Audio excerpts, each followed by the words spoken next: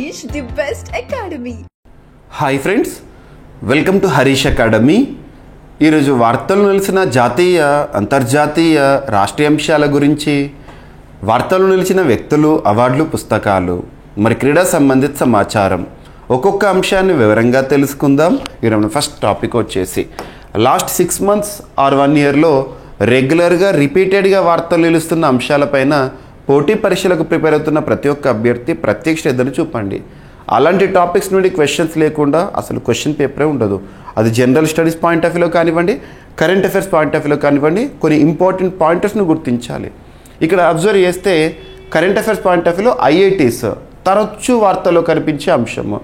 ఇక్కడ ఐఐటి ఇందోర్ అంటే మధ్యప్రదేశ్లోని ఇండియన్ ఇన్స్టిట్యూట్ ఆఫ్ టెక్నాలజీ ఒక ఇన్స్టిట్యూట్ ఒక ఇన్నోవేషన్తో వార్తల్లోకి వచ్చింది. ఆహార వ్యర్థాలతో కాంక్రీట్ని సృష్టిస్తూ డైరెక్ట్ అడుగుతారు ఎగ్జామినేషన్లో. ఇటీవల ఆహార వ్యర్థాలతో లేదా ఫుడ్ వేస్ట్తో కాంక్రీట్ని సృష్టిస్తూ లేదా తయారు చేస్తూ ఏ ఐఐటి శాస్త్రవేత్తల వార్తల్లోకి వచ్చారంటే ఐఐటి ఇందోర్. సో ఇక్కడ అబ్జర్వ్ చేస్తే నిర్మాణ బలం అనేది రెట్టింపంట, కర్బన ఉద్గారాల తగ్గుదల. ఇందోర్ ఐఐటి పరిశోధకుల వినూత్న ఆవిష్కరణ. ఇటీవల ఇందోర్ సిటీ కూడా తరచూ వార్తల్లోకి వచ్చింది. బిగ్ షాట్ అని నిషేధం చేస్తూ ఇలాంటివి. అండ్ భారతదేశంలో ప్రతి సంవత్సరం కూడా స్వచ్ఛ సర్వేక్షణ సర్వేలో క్లీనెస్ట్ సిటీగా కూడా ఇందోర్ వార్తల్లోకి వస్తూ ఉంటుంది. ఆహార వ్యర్థాలు వృధా కాకుండా వినియోగించుకునేందుకు ఇందోర్ ఐఐటి పరిశోధకులు ఓ ప్రత్యేక మార్గాన్ని కనుగొన్నారు. ఈ వ్యర్థాలను ఈకోలి లాంటి నాన్ ప్యాథోజెనిక్ అంటే వ్యాధులను సంక్రమింపజేయని బ్యాక్టీరియాతో కలిపి కాంక్రీట్తో మిళితం చేయడం ద్వారా దృఢమైన నిర్మాణ పదార్థాన్ని తయారు చేస్తారు. గుర్తుపెట్టుకోండి. సో ఐఐటి ఇందోర్ వారి ఇన్నోవేషన్. అండ్ అభ్యర్థుల కిందకి చెప్పాను కదా, జనరల్ స్టడీస్లో తప్పనిసరిగా చదవాల్సిన కొన్ని అంశాలు అంటే హిస్టరీ, పాలిటీ, ఎకానమీ, జాగ్రఫీ ఇలా సబ్జెక్ట్ వైజ్గా స్టాటిక్ కంటెంట్ ఏదైతే ఉంటుందో అందులో ఖచ్చితంగా ఏ ఏరియా నుండి అయితే క్వశ్చన్స్ వస్తాయో ఆ ఏరియాని మనము ఎట్టి పరిస్థితుల్లోనూ చదివి తీరాల్సిందే. అలాంటి టాపిక్స్ని మీకు నేను మిషన్ 100 అనే పేరుతో జనరల్ స్టడీస్ సంబంధించిన కోర్సుని మన జీవీకే స్టడీ సర్కిల్ యాప్లో ఇవ్వడం జరిగింది. అంటే అభ్యర్థి ఏ పోటీ పరీక్షన, ఏ స్థాయి పోటీ పరీక్షను కూడా దృష్టిలో ఉంచుకొని తప్పనిసరిగా చదవాల్సిన అంశాలను మిషన్ అనే రూపంలో ఇచ్చాను. ఇది జనరల్ స్టడీస్ సంబంధించి. ఇక కరెంట్ అఫైర్స్ CA 360 కోర్స్.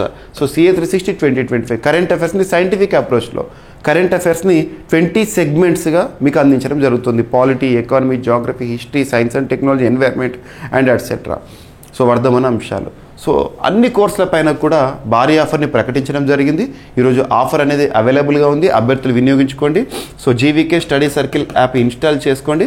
మీరు కంటెంట్ చూడండి, అట్లీస్ట్ ఏ టాపిక్స్ ఉన్నాయి అవన్నీ కూడా చూసి మీరు కోర్స్ని చూజ్ చేసుకోవచ్చు. సో మ్యాక్సిమం బెనిఫిట్ అనేది మీకు అందుబాటులో ఉంది. ఓకేనా? సో ఐఐటీస్కి సంబంధించిన అంశం. ఉదాహరణకు కరెంట్ అఫైర్స్లో ఐఐటీస్ అనే ఒక సెగ్మెంట్ మీకు ప్రత్యేకంగా ఇస్తున్నాను CA 360లో. Next HAL Hindustan aeronautics limited, at the same time defence institute of advanced technology Pune, మహారాష్ట్రకి సంబంధించింది. వీరి మధ్య కుదిరిన ఒక ఒప్పందం అనేది వార్తల్లోకి వచ్చింది. వార్తలు నిలిచిన ఒప్పందం దేనికి సంబంధించి అంటే ఏరోస్పేస్ ఇన్నోవేషన్కి సంబంధించి. సో వైమానిక రంగం ఉంటుంది కదా, ఏరోస్పేస్ రంగంలో నవకల్పనలు, అధునాతన కోసము, at the same time emerging aerospace technology పైన ఇరు సంస్థలు కూడా సహకారం అందించే విధంగా ఒక ఒప్పందం అనేది వార్తల్లోకి వచ్చింది. సో సంస్థల పేరు గుర్తుంచుకోండి, దేనికి సంబంధించింది ఈ ఒప్పందం అని చూడండి, సరిపోతుంది సింపుల్గా. ఇక మ్యాన్ యానిమల్ కాన్ఫ్లిక్ట్ అనేది తరచు మనం చూస్తూ ఉంటాం. Man animal conflict, man elephant conflict ఇవన్నీ కూడా. సో దానికి సంబంధించిన ఒక రిపోర్ట్ అనేది ఇటీవల వార్తల్లోకి వచ్చింది. 2070 నాటికి మ్యాన్ యానిమల్ కాన్ఫ్లిక్ట్ విషయంలో మన దేశం ప్రపంచంలో మొదటి స్థానంలో ఉండొచ్చని సైన్స్ అడ్వాన్స్ జర్నల్ వారు హెచ్చరించారు. సో ఇక్కడ అబ్జర్వ్ చేస్తే పులుల దాడుల్లో మృతి చెందిన మనుషులను కనుక అబ్జర్వ్ చేసినాం అనుకోండి, 2024లో 44 మంది చనిపోయినట్టు పులుల దాడుల్లో మనుషులు. అదే 2020లో 51 మంది. వివిధ కారణాల వల్ల పులుల అసహజ మరణాలను కనుక అబ్జర్వ్ చేసినాం అనుకోండి, 2019లో 15 పులులు అంట, 2023లో 1 అంట. సో గత 50 ఏళ్ళలో పులుల అసహజ మరణాలు 50 నమోదైనాయి అంట. ఇక ఏనుగుల దాడుల్లో మనుషుల మరణాలను కనుక అబ్జర్వ్ చేస్తే 2019లో 587, 2023లో 628. ఇక గత 5 ఏళ్ళలో ఏనుగుల అసహజ మరణాలను అబ్జర్వ్ చేస్తే 2019-20 ఆ సమయంలో 85, 2023-24లో 121. గత 5 ఏళ్ళలో ఏనుగుల అసహజ మరణాలు 500 సంభవించినాయి అంట. ఇటీవల కాలంలో మనం అబ్జర్వ్ చేస్తున్నాం rehab reducing elephant human attacks using బీస్ అని చెప్పేసి కేవీఐసి వారి ఇన్నోవేషన్ ఇలాంటివి మనం ఖచ్చితంగా అబ్జర్వ్ చేయాలి. సో ఇటీవల భారత ప్రధాని నరేంద్ర మోదీ గారు ఒక ట్రైబ్ని పొగడడం జరిగింది. ఆ ట్రైబ్ వల్లే పులుల జనాభా అనేది పెరుగుతోంది ఒక టైగర్ రిజర్వ్లో అని చెప్పేసి ప్రశంసించారు. ఆ ట్రైబ్ పేరేంటి అని అడుగుతారు. సోలిగా ట్రైబ్. ఇటీవల వార్తల్లోకి వచ్చిన సోలిగా ట్రైబ్ ఏ రాష్ట్రానికి సంబంధించింది అంటే కర్ణాటక రాష్ట్రంలో ట్రైబ్స్ గురించి గతంలో మనం హక్కి పిక్కి తెగ ఇటువంటివి మనం డిస్కస్ చేసాము. సో ట్రైబ్స్ పైన క్వశ్చన్ లేకుండా క్వశ్చన్ పేపర్ ఉండదు. తెగల పేర్లు ఇస్తారు, ఏ రాష్ట్రము ఏ ప్రాంతానికి సంబంధించిన వారని అడుగుతారు. అందులో కూడా పీవీటీజీస్ పైన ఎక్కువగా అడుగుతారు. సో ఇక్కడ చూడండి, prime minister Narendra Modi on Sunday said that because of Soliga tribe the tiger population in the BRT tiger reserve of sub district increasing. పులుల జనాభా పెరుగుతోంది. ఆ తెగవారు పులుల సంరక్షణ కోసం తీసుకుంటున్న చర్యలను ప్రశంసించడం జరిగింది. సోలిగా ట్రైబ్ ఎక్కడ అంటారు? కర్ణాటక. సో ఇక్కడ మరి ఏ టైగర్ రిజర్వ్ ఇక్కడ బిలిగిరి రంగనా హిల్స్ టైగర్ రిజర్వ్ గుర్తుపెట్టుకోండి. ఎక్కడ ఉంది అంటారు? కర్ణాటక. అండ్ నెక్స్ట్, కర్ణాటక మహారాష్ట్ర మధ్య ఘర్షణ వాతావరణం మరొకసారి తెరపైకి వచ్చింది. ప్రతి సంవత్సరం చూస్తూ ఉంటాం. 1956 నుండి రాష్ట్రాల పునర్వ్యవస్థీకరణ చట్టం 1956 ఆధారంగా భారతదేశంలో రాష్ట్రాల పునర్వ్యవస్థీకరణ జరిగినప్పటి నుంచి కూడా ఈ గొడవ అనేది రెండు రాష్ట్రాల మధ్య జరుగుతూనే ఉంది. సరిహద్దు సమస్య ఏ విషయంలో అంటే బెలగాం అంటాం. బెలగావి అనేది కర్ణాటక సైడ్ ఉంది, కర్ణాటక రాష్ట్రానికి సంబంధించి. కానీ మహారాష్ట్ర కోరుకుంటుంది. కారణం ఏంటంటే బెలగావిలో మరాఠీ స్పీకింగ్ పీపుల్ ఉన్నారు.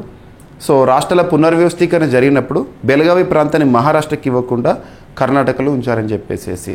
ఇక చారిత్రాత్మకంగా చూస్తే బెలగావి లేదా బెలగాం యొక్క ప్రత్యేకత 1924లో ఐఎన్సి కాంగ్రెస్ సమావేశాల్లో భాగంగా యాన్యువల్ కాన్ఫరెన్సెస్లో భాగంగా 1924లో జరిగిన సమావేశానికి మహాత్మా గాంధీ గారు అధ్యక్షత వహించారు. మహాత్మా గాంధీ గారు అధ్యక్షత వహించిన ఏకైక కాంగ్రెస్ సమావేశం ఏదంటే బెల్గావి లేదా బెల్గాం 1924. సో అలా లింక్ చేసుకోండి, ఓకేనా. సో బెల్గాం విషయంలో ఏ రెండు రాష్ట్రాల మధ్య గొడవ అంటే కర్ణాటక మహారాష్ట్ర. ఒకవేళ బెల్గాం కర్ణాటకలో ఉంది కదా, దీన్ని మహారాష్ట్రలో కలపాలనుకుంటే కలపవచ్చు కేంద్ర ప్రభుత్వం according to article 3 parliamentary procedure. గుర్తుంచుకోండి, ఆర్టికల్ 3 రాష్ట్రాల పునర్వ్యవస్థీకరణ చేయొచ్చు. నెక్స్ట్, ప్రకృతి 2025 అనే ఒక సదస్సు ఇటీవల వార్తల్లోకి వచ్చింది. ఇక్కడ అబ్జర్వ్ చేస్తే ఫిబ్రవరి 24, 25 2 రోజుల పాటు న్యూఢిల్లీ వేదికగా జరిగింది. సదస్సు యొక్క ప్రత్యేకత ఏంటంటే the first international conference on carbon markets. మొట్టమొదటి ఒక సమావేశంగా గుర్తింపు పొందింది. The first international conference on carbon markets విషయంలో గుర్తించడం. సో మినిస్ట్రీ ఆఫ్ పవర్ ఆధ్వర్యంలో జరిగిన ఒక సదస్సు ప్రకృతి ఎక్కడ జరిగిందని అడగవచ్చు. నెక్స్ట్, ఇండియా డెన్మార్క్ రిలేషన్స్లో భాగంగా ఇటీవల డెన్మార్క్ తీసుకొచ్చిన అంశము గ్రీన్ ట్రాన్సిషన్ అలయన్స్ ఇండియా అనే ఒక topic. Denmark's new climate initiative. Denmark తీసుకొచ్చిన ఒక climate initiative green transition alliance India. ఇక్కడ అబ్జర్వ్ చేస్తే ఇండియా డెన్మార్క్ సంబంధాల్లో భాగంగా అని కూడా అనుకోవచ్చు. ఉద్దేశం ఏంటంటే to boost sustainable energy cooperation. So sustainable energy విషయంలో సహకారం అందించడం ఈ రెండు దేశాల మధ్యలో కూడా. మరి భారతదేశము target India's net zero target ఎప్పటి వరకు అంట 2070 వరకు. అదే డెన్మార్క్ అయితే 2045కి నిర్దేశించుకుంది. అండ్ జర్మనీలో ఇటీవల ముగిసిన సార్వత్రిక ఎన్నికల్లో విజేతలు ఎవరో చూద్దాము. సో జర్మనీలో జరిగిన సార్వత్రిక ఎన్నికల్లో Christian democratic union, Christian social union కూటమి ఘన విజయం సాధించింది. ఓలాఫ్ షోల్జ్ సారథ్యంలోని మైనార్టీ ప్రభుత్వం కూలిపోయిన తర్వాత ఫ్రెడరిక్ మెర్జ్ సారథ్యంలోని సిడియు కూటమి అత్యధిక ఓట్లను సాధించింది. ఈ ఎన్నికల్లో సిడియు సిఎస్యు కూటమికి 28.6% ఓట్లు వచ్చినాయి. దీంతో మెర్జ్ తదుపరి ఛాన్సలర్గా ఎంపిక కావడం ఖాయమంట, గుర్తుపెట్టుకోండి. ఇక సీనియర్ రాజకీయ నాయకులు Sajjan Kumar sentence to life time imprisonment, అంటే జీవితకాల ఏమంటాము పనిష్మెంట్. సో జీవితకాలం లైఫ్ టైమ్ ఇంప్రిజన్మెంట్, జీవన శిక్ష అంటాం కదా. సో జీవితకాల శిక్షని అనుభవించబోతున్నారు సజ్జన్ సింగ్. సో ఇక్కడ అబ్జర్వ్ చేస్తే తను రాజకీయ నాయకుడు.